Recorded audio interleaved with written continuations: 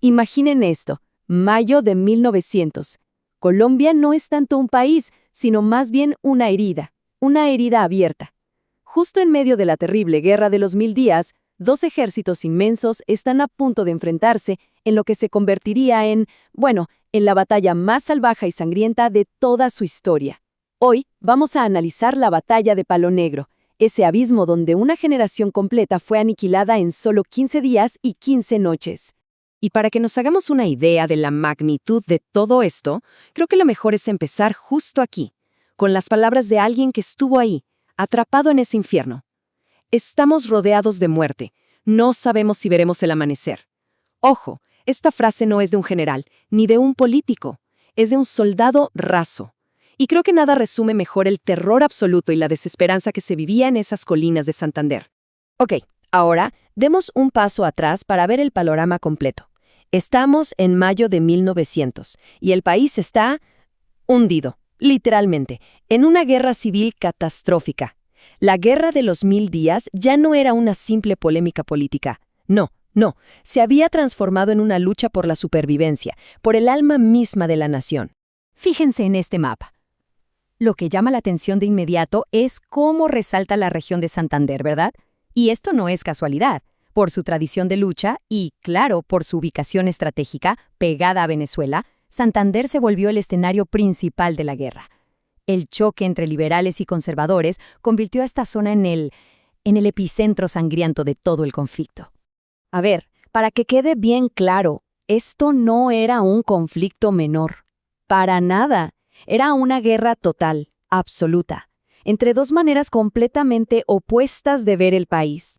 Dos visiones que no podían coexistir. Una lucha que iba a marcar el futuro de Colombia por décadas. ¿Y Palo Negro? Palo Negro iba a ser el punto culminante, el más terrible de todos. Bueno, ahora vayamos al lugar de los hechos, al campo de batalla, porque en Palo Negro el terreno no era un simple telón de fondo, para nada. La geografía era un enemigo más, uno de los peores. Un adversario cruel que imponía sus propias reglas y que, créanme, multiplicaba el sufrimiento de todos. Traten de imaginar el desafío. Esto no era una llanura abierta. Era una pesadilla de cuchillas, de crestas afiladas y barrancos profundos. Avanzar 1 metro podía costar literalmente 100 vidas. El agua, algo tan básico y vital, se volvió un veneno porque estaba contaminada por los cuerpos en descomposición. Cada intento de avance era una apuesta a vida o muerte contra un enemigo bien atrincherado y sobre todo contra un terreno que parecía diseñado específicamente para matar. Este mapa, que es de la época, nos da una idea bastante clara de la pesadilla táctica que era aquello. Vean esto. La Loma de los Muertos. El nombre, la verdad, lo dice todo, ¿no? Estaba justo en medio de los dos ejércitos, en tierra de nadie, y ahí ocurrieron algunos de los combates más feroces.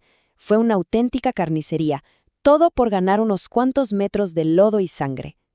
Y ahora sí, metámonos de lleno en el combate. Estamos hablando de 15 días y 15 noches. 15 de lucha sin parar. La escala de la violencia que se vio en Palo Negro fue algo sin precedentes en Colombia. Un descenso a un nivel de brutalidad que simplemente dejó una cicatriz para siempre en la nación. Es que la batalla no fue una cosa de un día, fue una agonía que se alargó y se alargó. Empezó con ataques directos, muy frontales, pero la cosa se estancó rapidísimo. La mayor parte de esos 15 días fue una guerra de trincheras, una lucha terrible de desgaste, donde la gente no solo moría por las balas, sino también por el hambre, el agotamiento, las enfermedades, hasta que, al final, uno de los dos bandos no aguantó más y la línea se rompió. Y miren estas cifras, porque son abrumadoras. Más de 30,000 hombres enfrentándose en esas colinas. Para que se hagan una idea, en esa época, esa cantidad de gente era una movilización de tropas nunca antes vista en la historia del país. Eran 2 ejércitos gigantescos, la mayoría campesinos recoltados a la fuerza, listos para destruirse los unos a los otros. Esta tabla nos muestra algo que es a la vez fascinante y aterrador. Y es que Palo Negro fue un punto de quiebre. Fue el choque entre la guerra del siglo XIX y la que vendría en el XX. Por un lado, el ejército del gobierno con sus fusiles Mauser, tecnología de punta, de repetición. Y por el otro, los liberales, que tenían menos municiones y recurrían al machete. En asaltos nocturnos, cuerpo a cuerpo, un arma de campo usada con una ferocidad que los testigos describen como terrorífica. El resultado de esa mezcla fue una matanza exponencial. Quizás esta es la descripción más cruda, pero también la más exacta de lo que pasaba allí. Las trincheras se convirtieron en tumbas abiertas. Así de simple. No había pausas ni treguas para recoger a los muertos. Los soldados peleaban, comían y hasta intentaban dormir al lado de los cuerpos de sus compañeros. El frente de batalla era, literalmente, un cementerio al aire libre. Hagamos un ejercicio. Cerremos los ojos un segundo e imaginemos el horror para los sentidos. El olor a pólvora y a descomposición se sentía a kilómetros de distancia.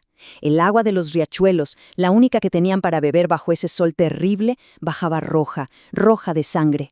Y encima, las enfermedades, la disentería, la tifoidea, mataban a la gente tanto como las propias balas. Y aquí llegamos al punto clave, el costo en vidas humanas. A ver, las cifras oficiales nunca son exactas, varían mucho, pero la estimación del Archivo General de la Nación es impactante. Hablan de hasta 15.000 muertos. 15.000.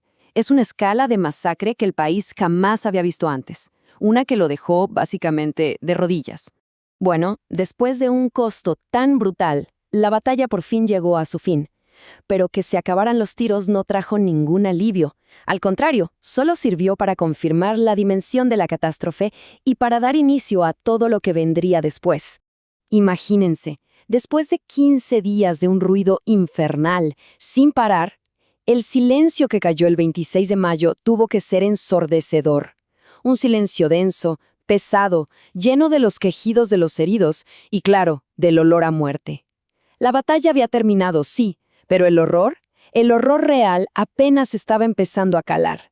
Y creo que nada lo ilustra de una forma tan cruda como esta imagen.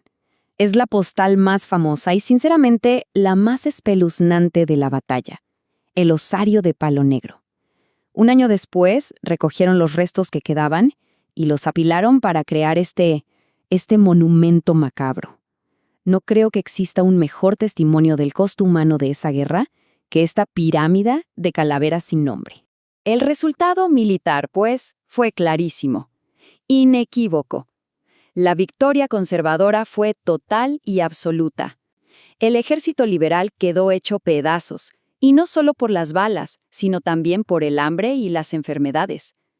Y aunque la guerra siguió por otros 2 años, la verdad es que la revolución liberal había perdido su espina dorsal, ahí mismo, en Palo Negro. Ahora veamos algo muy importante, cómo esta batalla no solo decidió el curso de la guerra, también dejó cicatrices profundísimas en el cuerpo político y hasta en el mapa de Colombia. Y esta cita, la verdad, es clave para entender lo que pasó después. La paradoja de Palo Negro. Resulta que ganar la batalla más grande de la guerra no salvó al gobierno. Todo lo contrario. En cierto modo lo condenó. La victoria fue pero tan costosa, tan agotadora, que lo único que hizo fue dejar al descubierto la debilidad y la incapacidad del Estado para manejar la crisis. Lo que sigue es básicamente una tragedia en cámara lenta. Miren la secuencia. Palo Negro provoca una crisis política tremenda en el bando que supuestamente ganó. Esto lleva a un golpe de Estado apenas 2 meses después. Este caos interno debilita a Colombia de una manera brutal. ¿El resultado? 3 años más tarde, con el país exhausto y dividido, Estados Unidos ve la oportunidad y apoya la separación de Panamá. La conexión entre la batalla y la pérdida de Panamá es directa. Y para poner la masacre de Palo Negro en una perspectiva todavía más oscura, si es que se puede, aquí está el costo total de la guerra. Unas 100.000 personas muertas. 100.000. Es una generación entera perdida. El país quedó destruido económicamente y moralmente. Quedó fracturado por muchísimas décadas. Y cerramos con esta pregunta que nos deja pensando. Palo Negro es una gran paradoja. Fue un triunfo militar que llevó directamente a la fractura política y a la pérdida de una parte del país.